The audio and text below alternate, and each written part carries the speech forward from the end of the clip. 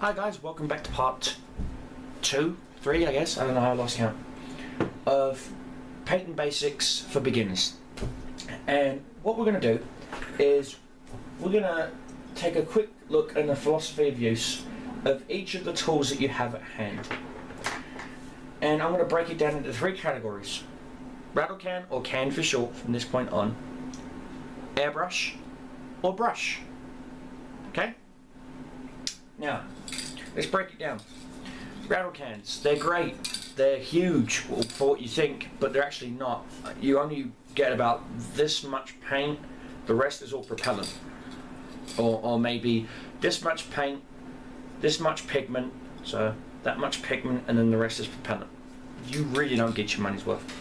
If you take one of these in a straw and an empty container, something like this, you can literally spray it directly in. You've burnt out all the propellant and all you've got is nothing but paint.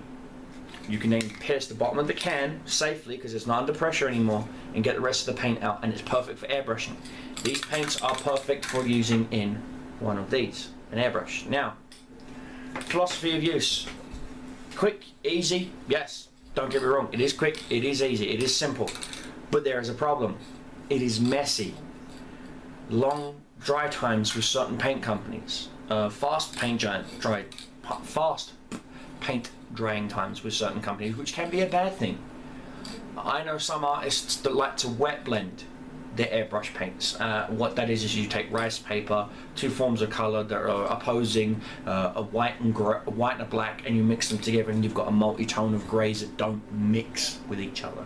You get the initial mix, and then after that you can take a dab here and a dab there and a dab here and a dab there, and you can customize all colors of the rainbow using a wet palette.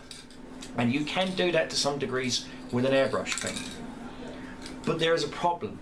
Again, sometimes they dry too quick, sometimes they don't dry at all, and sometimes they need a kicker to dry. I know certain airbrush paints that require another layer of paints to go over them to dry. Now, a lot of people can't seem to get their head around a simple fact of that there are alternatives other than this. Now, back in the day, 70s, 80s, graffiti artists used to use these, always. Some graffiti artists still use these, and they consider this old school. Now, what's new school, I hear you say?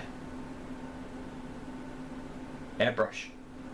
You can get cans of propellant, very similar to these, on you, put your paint in, start working away, doing your fine details, doing this, doing whatever you need to do. And philosophy of use on this: cleaner, much more crisp lines than this. Airbrush based paints usually dry between anywhere from 30 seconds all the way up to 8 minutes. It really depends on the brand and paint. What's it good for? Well, much like these, where you've got enamels, you've got acrylics, you've got various other based paint, airbrush style paints inside the cans, there's different kinds of brushes. You've got gravity feed, where the paint falls down and goes out the brush. You've got siphon feed, where the air comes out, is diverted down, picks up the paint, scoops it up if you will, and then squirts it out. You've got double action, which is pull down for your air, pull back for your paint. Or you've got single action, which is just pull down, you get paint in there at the same time. You've got no control over those. Those, in essence, are basically these. Okay? Single action brushes translate to be rattle cans. Okay? You can pick up a nice little dual action airbrush like this on eBay from anywhere between $6. And I mean, when I mean $6, I mean they're gonna last you maybe 2-3 months. With your mileage may vary. Again, this is what I'm saying to you guys. Your mileage may vary. You can get these as cheap as $6 on their own, or $50 with a combo of a compressor and up. This particular brand. There are several brands out there. There is Awada, there is Badger, There is Central Promodic, which is what this is. There are so many brands and companies out there, guys, that you've literally got billions and billions to choose from. Badger do top notch. I have a Sotar 2020. Again, this is not a product placement for any of these products. This is what I personally use. Again, your mileage may vary out the exact same brush. You may see this brush on eBay and go, ooh, ooh, ooh, ooh, that was on a video, and grab it and expect, you know, to fart rainbows and miracles.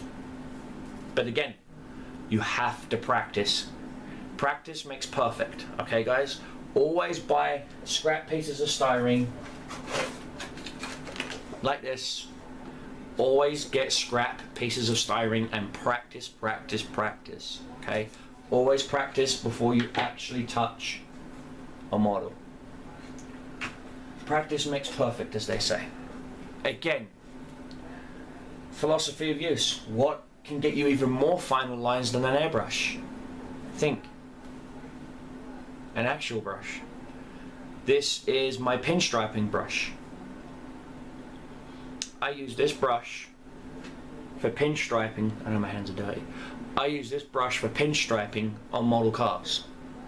I use this brush for doing weathering streaks. Again, a different video series up and coming for you guys. There's a whole bunch of different aspects out there, guys, for you. It pays to shop around, it pays to ask questions, and again, don't forget, you can ask questions on our Google+, you can ask questions on our Google Hangouts, you can ask questions on amazingplastic.com. Go to the forum, sign up, it's free, you know, type a question, you'll get an answer. Anyway guys, I'll see you in the next part. Peace, ciao.